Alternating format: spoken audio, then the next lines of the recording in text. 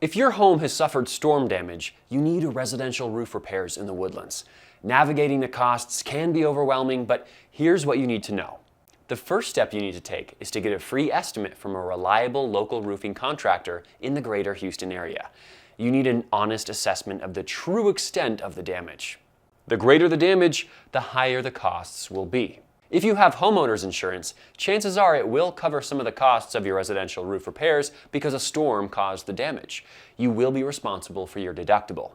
It's important to have a seasoned roofing contractor on your side to ensure you get the most coverage possible. When choosing the right contractor, ensure they have the experience and knowledge you need. Otherwise, you could receive a misdiagnosis of the problem and a low-quality repair. Finally, consult your roofing contractor to determine if your warranty will cover the damage.